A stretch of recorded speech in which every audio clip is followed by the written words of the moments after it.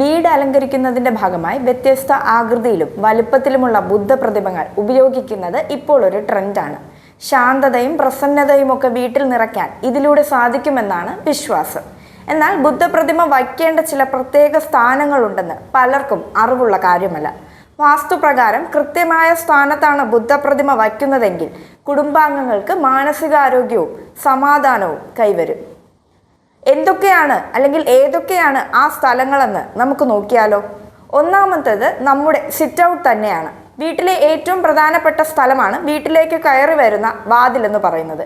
ഇതിനരികിൽ ബുദ്ധന്റെ പ്രതിമ വയ്ക്കുന്നത് പോസിറ്റീവ് എനർജി തരുമെന്ന് പറയപ്പെടുന്നുണ്ട്. എന്നാൽ പ്രതിമ നിലത്ത് വയ്ക്കാതെ 3-4 അടി ഉയരത്തിൽ സ്ഥാപിക്കാൻ പ്രത്യേകമായി നമ്മൾ ശ്രദ്ധിക്കേണ്ടതായുണ്ട്. ലിവിംഗ് റൂമിൽ വലതുഭാഗത്തേക്ക് തിരിഞ്ഞു കിടക്കുന്ന രൂപത്തിലുള്ള ബുദ്ധപ്രതിമ വയ്ക്കുന്നത് വളരെ നല്ലതാണ്. വൃത്തിയുള്ള ടേബിളിലോ ഷെൽഫിലോ വേണം ബുദ്ധപ്രതിമ വയ്ക്കാൻ.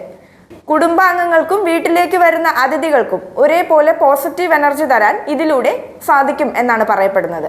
ഇനി അടുത്ത സ്ഥലം എന്ന് പറയുന്നത് നമ്മുടെ പൂന്തോട്ടം തന്നെയാണ്.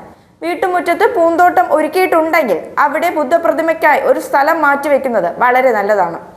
ധ്യാനിക്കുന്ന രൂപത്തിലുള്ള ബുദ്ധന്റെ പ്രതിമയാണ് ഇവിടെ വയ്ക്കാൻ ഏറ്റവും ഉത്തമം.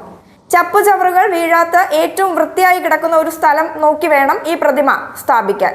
വൈകുന്നേരങ്ങളിൽ അല്പസമയം ഇവിടെ ചെലവഴിക്കുന്നതിലൂടെ മാനസിക പിരിമുറുക്കത്തിന് അയവും ലഭിക്കും. കൂടാതെ കുട്ടികൾ പഠിക്കാൻ ഉപയോഗിക്കുന്ന മുറിയിലും ഇങ്ങനെയുള്ള ബുദ്ധപ്രതിമ വയ്ക്കുന്നത് നല്ലതാണ്.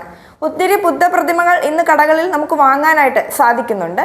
അതിലൊന്നാണ് ലാഫിംഗ് ബുദ്ധ എന്നറിയപ്പെടുന്നത്. പേരുകൾ കേൾക്കുമ്പോൾ സമാനമായി തോന്നുമെങ്കിലും ഗൗതമ ബുദ്ധന്റെ പ്രതിമയുമായി ലാഫിംഗ് ബുദ്ധയ്ക്ക് യാതൊരു ബന്ധവും ഇല്ല.